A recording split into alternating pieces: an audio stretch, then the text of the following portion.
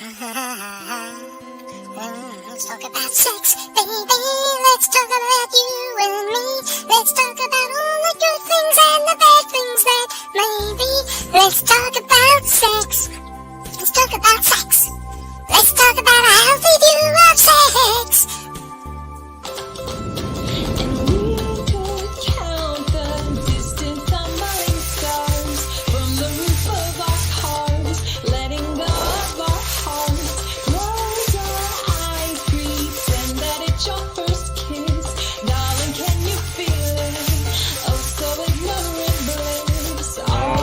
Gentlemen, let's get this party started!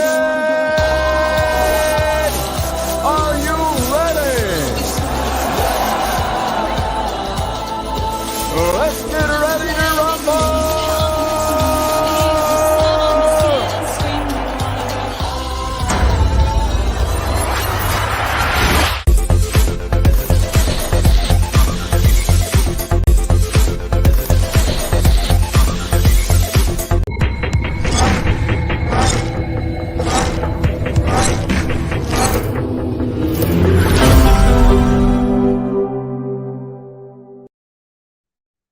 Hey everyone, welcome to Life After J-Dub's live stream, and we are back. The ladies with me today.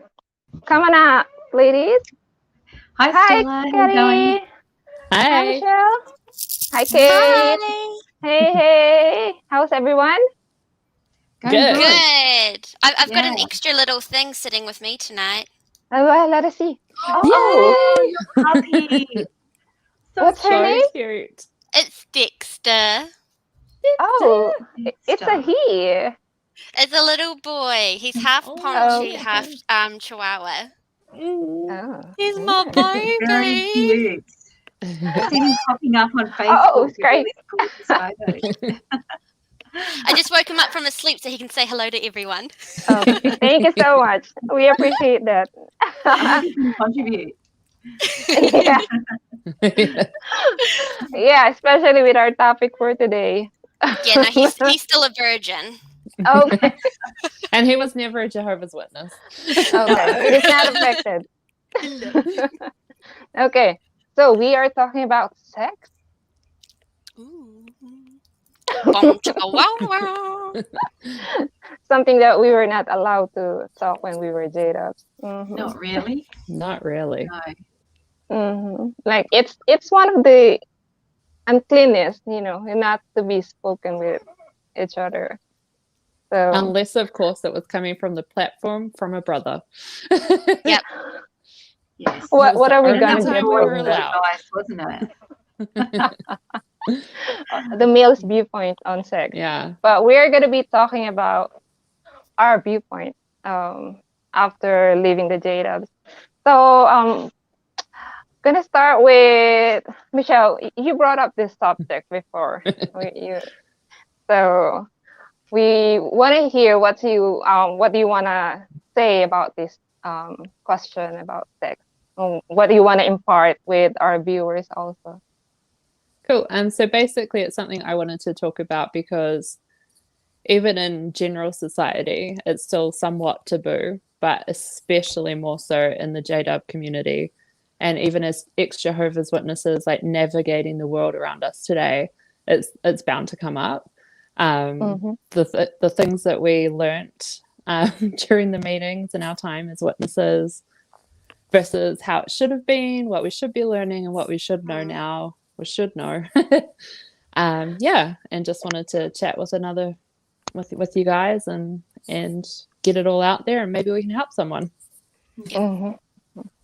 And I think that as a JW, the messaging around sex is always generally pretty negative, particularly I think when it comes to women.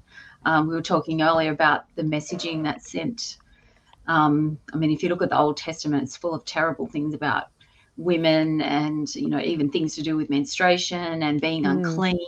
And it's always talked about in a negative light. And if you're born in JW, you're hearing that messaging from when you're a little girl that, things are unclean and dirty and you have to atone for your sins and things like that. So I think that it's just a very overall negative topic that's talked about, and it's really just something that's there for when you're married, and that's it. And prior to that, you shouldn't be dabbling in it in any And way, even shape, or form.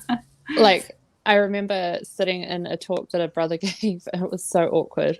It was all about sex, and at one point, he did mention you're not allowed to have sex on your period, like, and we're all mortified at that point. Like me and my friends I was sitting with, we were all like, "What the heck?"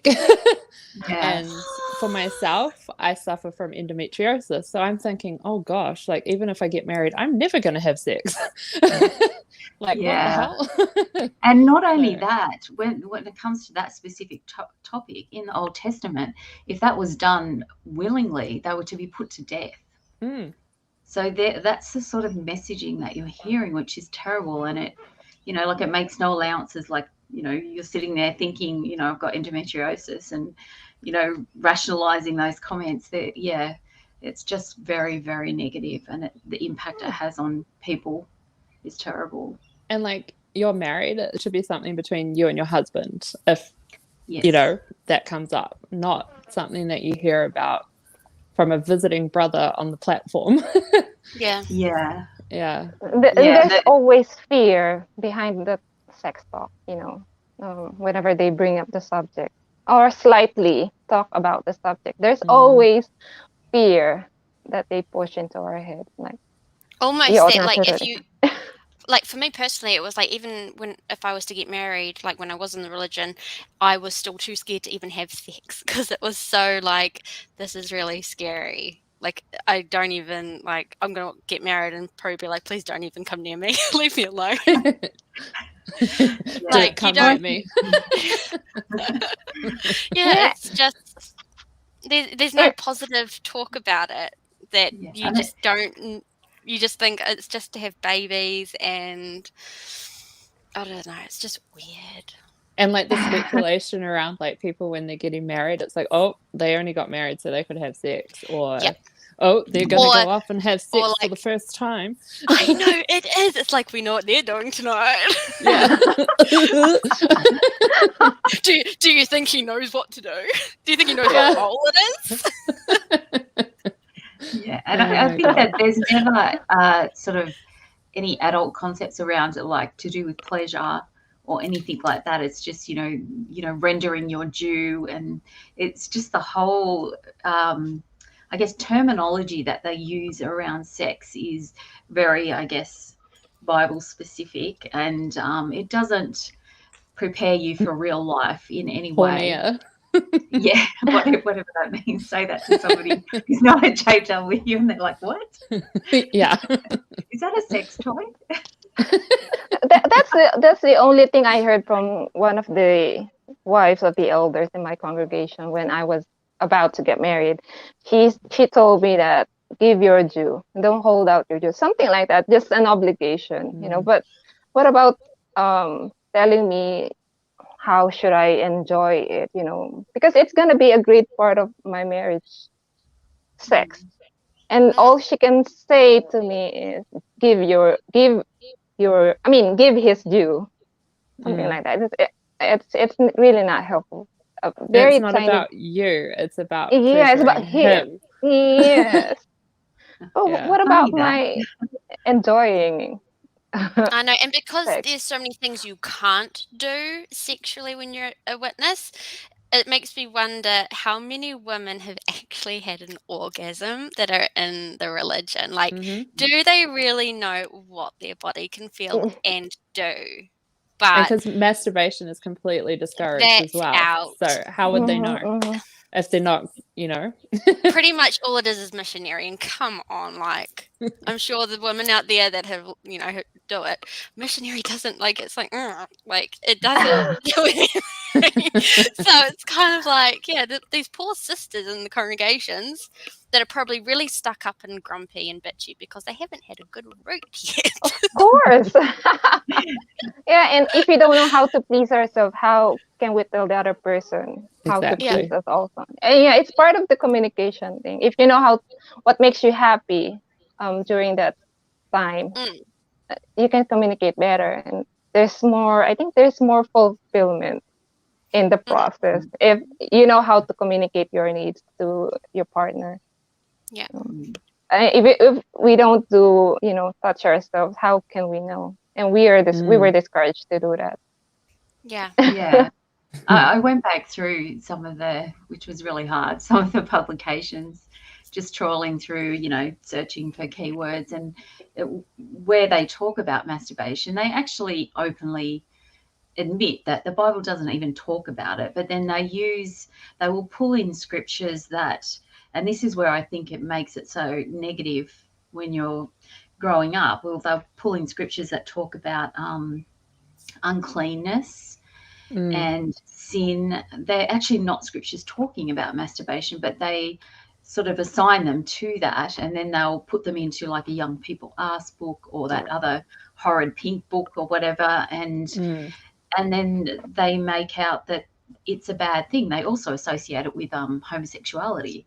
So they talked about, masturbation will make you weak, and then you'll find yourself, in a situation where you'll, engage in homosexual acts. The conclusions they draw are just so idiotic for a start. And Have you got your pillows ready? Oh, I'm already sitting on mine. Yeah. I've got two. That's a very recent example that their thinking has got even more crazy about it with the whole Pillowgate. And they're serious videos they're showing to poor young brothers that, and sisters that go into Bethel. Have you seen the sign language version of it? I think I have. Yeah. Yes. Oh no. Because it's very visual. Very visual. It is literally it is like porn for the deaf. It is just bad. And I'm thinking, what the heck? How is this allowed? Yeah, it's very sad. It's very Yeah, it's actually very sad. And it's kind of crazy because we have the we're not allowed to talk about it with our friends on one hand, but then on the other hand we've got the Learn from the Great Teacher book that tells kids this book is for children about their vulvas and sexual organs. It's so messed up. Yeah, and I mean, if you found yourself talking with single people about sex, then somebody would probably dob you into their elders, and you'd be then hauled into the back room and asked if you were sexually active. And then if you, I guess, talked about it with married people, then they would think that there's something wrong, or you're going out the bounds of their very confined framework of what sex should be, or even that you should even be talking about. So I think that there's nowhere to go to talk about it freely and openly. And humans are sexual beings, it's a part of life, and I get that some people are more open about it than others, but there's just nowhere to go. When you're a JW, it's basically don't masturbate, you only have sex when you're married, and then when you're married there's a whole set of rules around that are also not in the Bible as well. I don't know if you remember, if you've read Crisis of Conscience.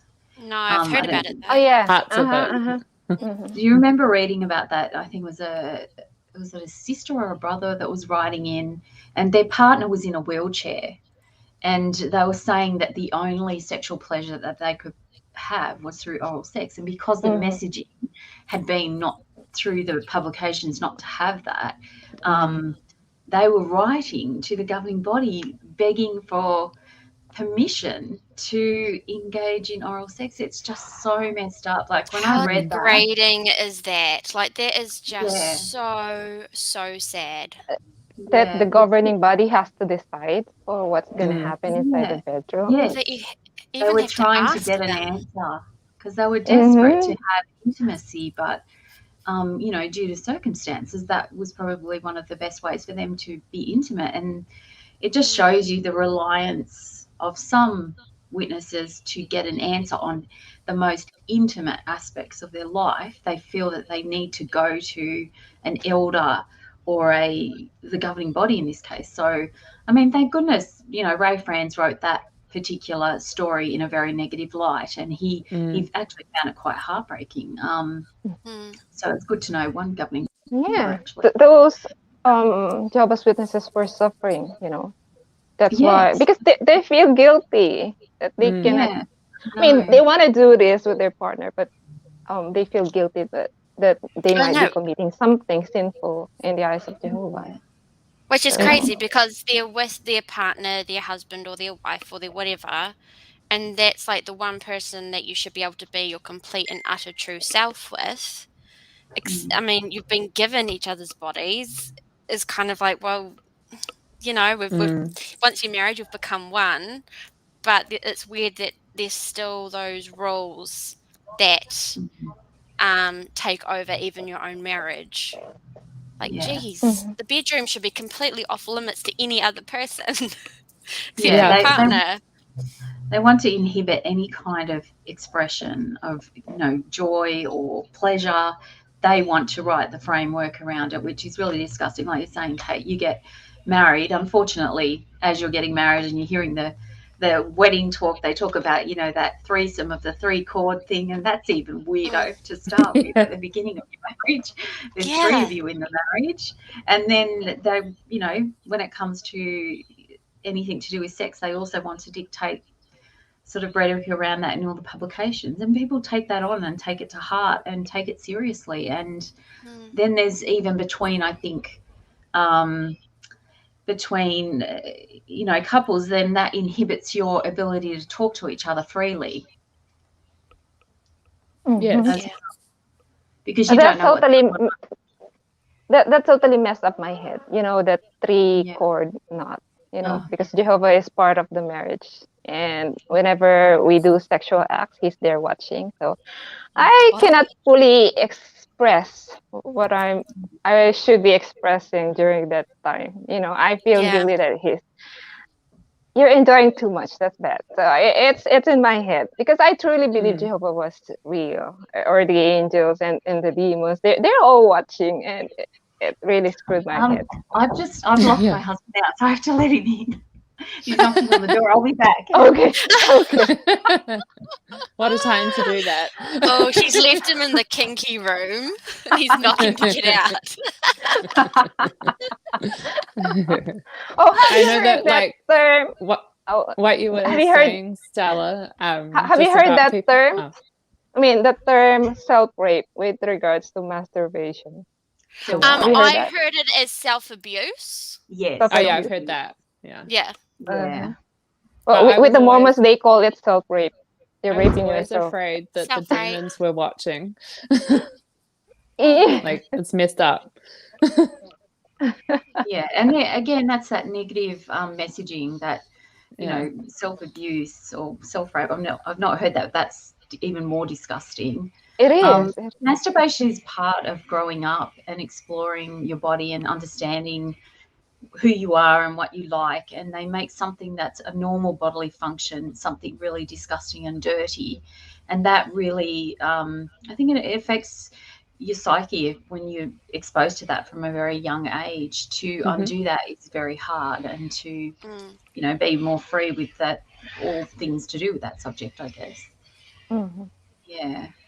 So, and I think it's also one of the most um, heartbreaking and disgusting things too is when they talk about homosexuality, and you know that never ever sat well with me. Mm.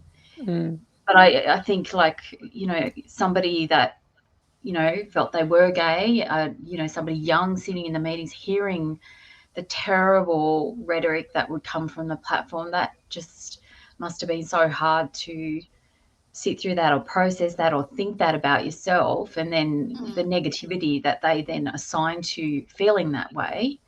um, it also makes it very confusing for people. Yeah, like I Mhm. remember when I was growing up in the religion, being a young child, and you're taught about homosexuality and how sinful and bad it is. And Mm. like I feel guilty now as an adult, like remembering how I saw homosexuals when I was younger, Mm.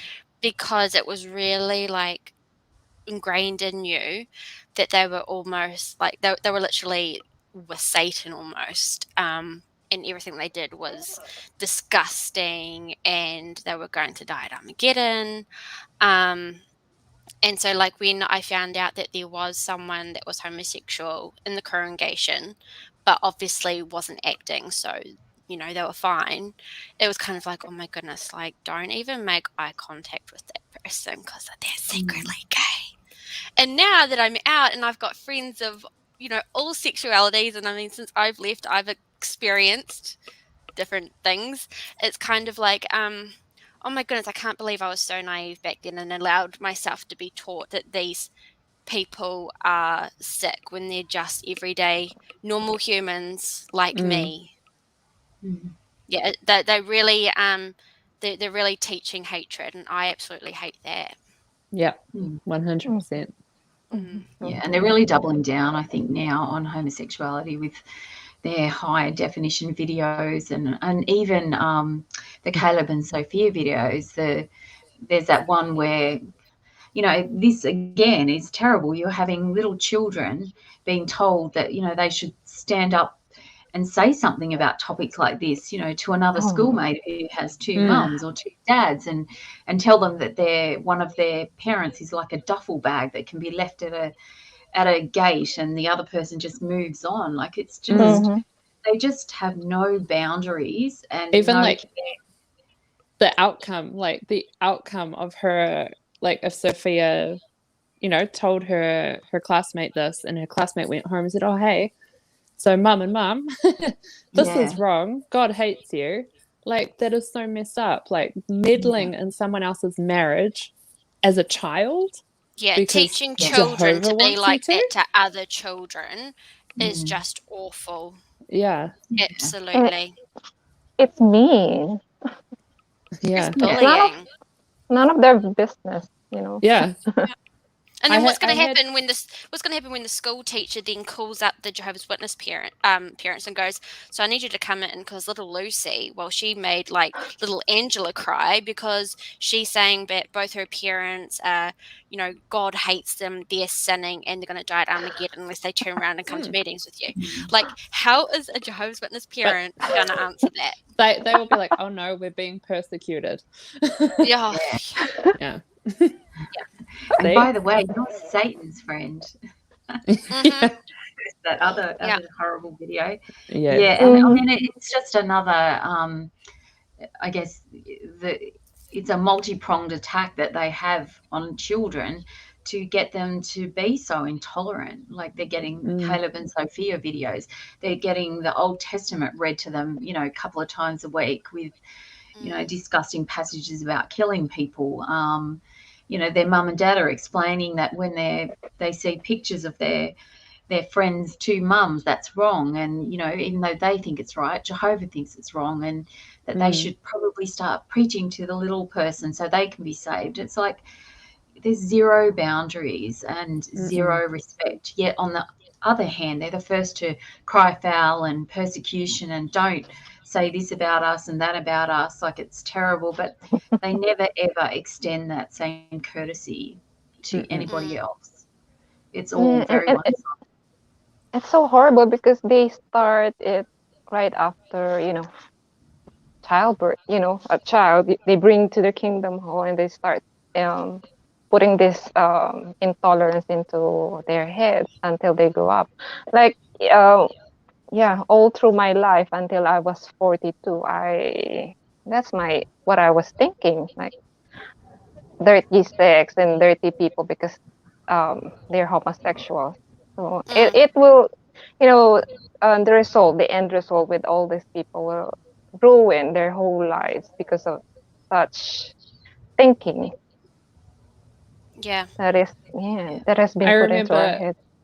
Sort of saying, like, in a discussion with some friends when we did talk about it, you know, homosexuality and things, I was like, why does it matter to me? Like, am I knocking on doors being like, hey, what are you doing? No, I'm just like, here you go, here's a magazine. Like, why are we supposed to care what someone else is doing? As long as, like, we're obeying Jehovah, why would I care what someone else is doing in their bedroom? And like my friends were like, you're supposed to hate what Jehovah hates. And I was like, I don't what? Are we not a loving, united people? Well, like, then why did he give us these feelings then if we're not allowed to exactly feel them. Like, Enjoy it's kind of them. like Mhm. if we were literally only allowed to like men and we were only allowed to like women, wouldn't that be like in our brains not Mhm. to look at Oh, the same sex? sorry. Yes, This Michelle, just the reminded sister in me. the back. My comment's going to be a little wild, so hopefully they Go don't for turn it, the mic off. We might have to mute you, Michelle. So I remember when I was first like waking up and coming across data facts and looking at all of the old literature and stuff, and how they literally taught that maybe in the new system women would turn into Yes. brothers, Yes. let alone the fact that there Now, was also the other I read teaching that that too. black people would turn white. So Yeah. Mhm. we were ideally supposed to be, according to the Jehovah's Witness religion initially, white brothers living in unity together in paradise earth. And I was like, no, oh God, no, please. Missing out on so much in that utopia. Yeah. And then so Seriously. what would they expect would happen amongst like all these Yeah. white men living in paradise conditions on earth? Yeah. Like, What happens in Bethel, maybe? yeah, exactly. Yeah, Well, how are think they gonna that- have sex in the new system of things if they're all male? No, I think that teaching comes at a point in time And a where grapefruit. there's too many people on American the earth. apple pie. Yeah, it's a way of controlling the population, because they say that, you know, the earth will obviously get populated to a limit, and then how are they going to stop that? And then there's Control. this crazy teaching that's introduced that, hey, I know, we all turn into white brothers. Because because we're And going on top of that, the whole like being a woman or being a person of color is not perfection. Like imagine growing up with that. Like that's just so and yet without demeaning. a woman, Jesus wasn't born. Yeah. Yeah. And she kinda was a like- person of color, despite She was what a the My virgin, Book of though. Bible stories tells us. I think she was probably actually a lesbian. She was probably pleased that like Joseph didn't go near her. So yeah. That is just so weird, you know. And especially Mary being a young child, young bride, who doesn't know anything about Yeah. sex. Yeah. Ends up Also, the pregnant. Bible was written by men. So I'm Yes. thinking, you know, there's the whole thing that people are saying that Mary made everything up and she had an affair, and they're just like, oh no, it was God. And I'm like, do you really think it was Mary though that made that up? Do Yeah. you think that possibly it might have been Joseph? Yeah. Yeah. I was just looking at some of the comments that are coming in, and thank you to everyone that's joined. I think, as Unica was saying about